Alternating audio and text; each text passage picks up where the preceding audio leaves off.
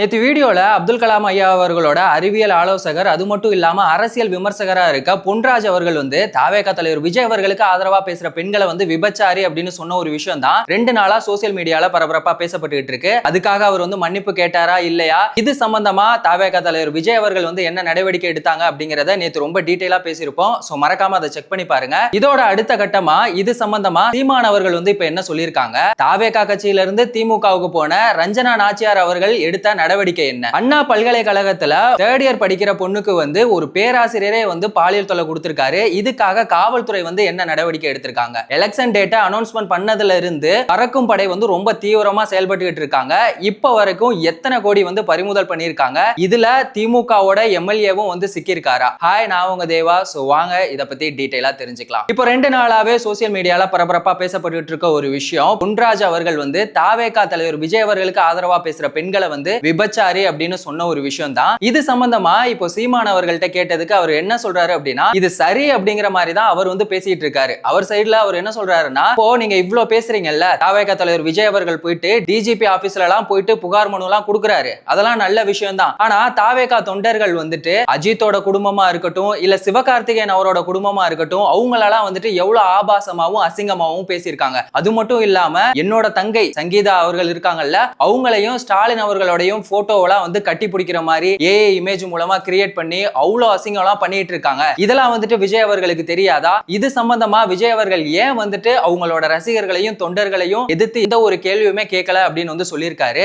இதுல நம்ம சீமான் அவர்கள் சொன்ன ஒரு விஷயத்தை நம்ம ஏத்துக்கிட்டு தான் ஆகணும். நான் எல்லா தாவேகா ரசிகர்கள் தொண்டர்களையும் சொல்லல, ஆனா ஒரு சில தாவேகா ரசிகர்களும் தொண்டர்களும் என்ன பண்றாங்க அப்படின்னா, விமர்சனம் அப்படின்னாலே அது ஆபாசமா பேசுறது அப்படின்னு நினைச்சிட்டு இருக்காங்க. உங்க மேல ஒருத்தவங்க ஒரு கருத்தை சொல்றாங்கன்னா நீங்களும் பதிலுக்கு ஒரு கருத்து தான் சொல்லணுமே தவிர அவங்கள ஆபாசமா பேசுறது, அவங்கள கேவலப்படுத்துறது இது எந்த விதத்திலுமே நல்லா இருக்காது. இப்போ சீமான் அவர்கள்ட்ட நான் ஒரு கேள்வி கேட்கணும். நீங்க சொன்னது எல்லாம் ஒரு விதத்துல கரெக்ட் தான், ஆனா அவர் விபச்சாரி அப்படின்னு சொன்னதை நீங்க சரி அப்படிங்கிற மாதிரி பேசுறீங்களே, அது ரொம்பவே தப்பான ஒரு விஷயம். சாட்டை துரைமுருகன் அவர்கள் எவ்வளவு ஆபாசமாவும் அசிங்கமாவும் பேசிட்டு இருக்காங்க, அவங்களையே நீங்க இது வரைக்குமே கண்டிக்கல. இதெல்லாம் நமக்கு தேவையா? நமக்கு கட்சியில எவ்வளவோ வேலை இருக்கு, அது சம்பந்தமா நம்ம எவ்வளவோ வேலைகள்லாம் பார்க்க வேண்டியது இருக்கு. அதெல்லாம் விட்டுட்டு நீ ஏன்டா இதெல்லாம் பண்ணிட்டு இருக்க அப்படின்னு சொல்லிட்டு நீங்க சாட்டை துரைமுருகன் அவர்களை கேள்வி கேட்டிருந்தீங்க அப்படின்னா அதுல ஒரு நியாயம் இருக்கும். இப்போ தாவேகா தலைவர் விஜய் அவர்கள் பண்ணது மட்டும் தான் தப்பு அப்படிங்கிற மாதிரி சீமான் பேசிட்டு இருக்காங்க. இன்னொரு பக்கம் தாவேகாவோட கட்சியில இருந்து இப்போ திமுகவுல ஜாயின் பண்ண ரஞ்சனா நாச்சியார் அவங்க இதுக்கு முன்னாடி எந்த கட்சியில இருந்தாங்க, ஏன் தாவேகாவுக்கு போனாங்க, எதனால இப்ப தாவேகாவுல இருந்து திமுகவுல போய் ஜாயின் பண்ணாங்க அப்படிங்கறதையுமே நம்ம வீடியோவா போட்டிருக்கோம். சோ அதையுமே நீங்க ரீசன்ட் வீடியோ செக் பண்ணி பாருங்க. அவங்க என்ன சொல்றாங்க அப்படின்னா, என்னைக்கு தாவேகாவுல இருந்து திமுகவுக்கு வந்தனோ அன்னையில இருந்தே தாவேகா தொண்டர்கள் என்ன ரொம்ப ஆபாசமாவும் அசிங்கமாவும் பேசிட்டு இருக்காங்க. சோ நான் இதுக்காக விஜய் அவர்கள் மேல சட்டப்படி நடவடிக்கை எடுக்கணும் அப்படின்னு சொல்லிட்டு அவங்களும் போயிட்டு போலீஸ் கமிஷனர்ட்ட ஒரு கம்ப்ளைண்ட் கொடுத்திருக்காங்க. இதனால போலீஸ் கமிஷனர் ஆபீஸே ரொம்பவே பரபரப்பா இருக்கு அப்படின்னு தான் சொல்லணும். இது ஒரு பக்கம் இருக்க, இதுக்கு முன்னாடி போன வருஷம் அண்ணா பல்கலைக்கழகத்துல ஒரு பாலியல் வன்கொடுமை நடந்துச்சுல்ல, அதை பண்ணது யாரு அப்படின்னா ஞானசேகரன். அவரை இப்போ ஜெயில்ல இருக்காரு. இதை தொடர்ந்து இப்போ என்ன இருக்கு அப்படின்னா, இந்த பல்கலைக்கழகத்தோட பேராசிரியர் 3rd இயர் படிக்கிற ஒரு பொண்ணுக்கு பாலியல் தொல்லை கொடுத்திருக்காரு. டைரக்டாவா இருக்கட்டும் இல்ல செல்போன் மூலமாவும் பயங்கரமா டார்ச்சர் பண்ணிருக்காரு. இதனால அந்த பொண்ணு போயிட்டு இப்ப போலீஸ் ஸ்டேஷன்ல கம்ப்ளைண்ட் கொடுத்திருக்காங்க.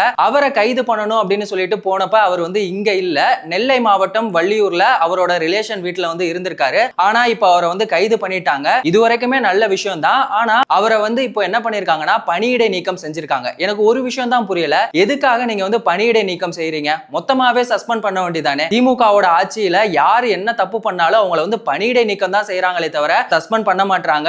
இதோட சஸ்பென்ஸ் என்ன அப்படிங்கிறது சத்தியமா எனக்கு தெரியல. இது ஒரு பக்கம் இருக்க, எலெக்ஷன் டேட் அனௌன்ஸ்மெண்ட் பண்ணதுல இருந்து பறக்கும் படை ரொம்பவே தீவிரமா இருக்காங்க. தாவேகா சைடுல இருந்து இலவச பொருட்கள்லாம் பதுக்கி வச்சிருந்தாங்க. அதை பறக்கும் படை போய் பறிமுதல் பண்ணாங்க. ஆனா திமுக பதுக்கி வச்சிருந்த அண்டா குண்டா அதெல்லாம் அவங்க கண்ணுக்கே தெரியல. இது சம்பந்தமான வீடியோவுமே நம்ம ரொம்ப டீடைலா பேசியிருக்கோம். சோ நீங்க ரீசன்ட் வீடியோ செக் பண்ணி பாத்தீங்கன்னா தெரியும். இது வரைக்கும் அதாவது நேத்து வரைக்குமே பறக்கும் படை எவ்வளவு பறிமுதல் பண்ணிருக்காங்க அப்படின்னா 273 கோடி பறிமுதல் பண்ணிருக்காங்க. அதுலயும் நேத்து பாத்தீங்கன்னா தங்கம் வெள்ளியை ஏத்திட்டு வந்த ஒரு கார்ல 77 கோடியை பறிமுதல் செஞ்சிருக்காங்க. அவங்க சைடுல இருந்து என்ன சொல்றாங்க அப்படின்னா, நாங்க சவுகார்பேட்டையில இருந்து மொத்தமா வாங்கிட்டு கிண்டில அதை இந்தியாவுல இருக்க மத்த மாநிலங்களுக்கு எல்லாம் ஏற்றுமதி செய்யறதுக்காக தான் எடுத்துட்டு வந்தோம் அப்படின்னு சொல்றாங்க. ஆனா அதுக்கான விசாரணைகள் இப்ப ரொம்ப தீவிரமா நடந்துகிட்டு இருக்கு. இந்த 273 கோடி இருக்குல்ல, இதுல மதுபானம் சம்பந்தப்பட்டதா சம்பந்தப்பட்டதா வந்து 93 லட்சம் வந்து பறிமுதல் பண்ணியிருக்காங்க. நகைகள் சம்பந்தப்பட்டதா பாத்தீங்கன்னா ஒரு 116 கோடி இருக்கு. இலவச பொருட்கள் வந்து மக்களுக்கு கொடுக்கறதுக்காக இந்த இலவச பொருட்கள் எல்லாம் வந்து பதுக்கி வச்சிருப்பாங்கல்ல, அது ஒரு 104 கோடின்னு சொல்லிட்டு மொத்தமா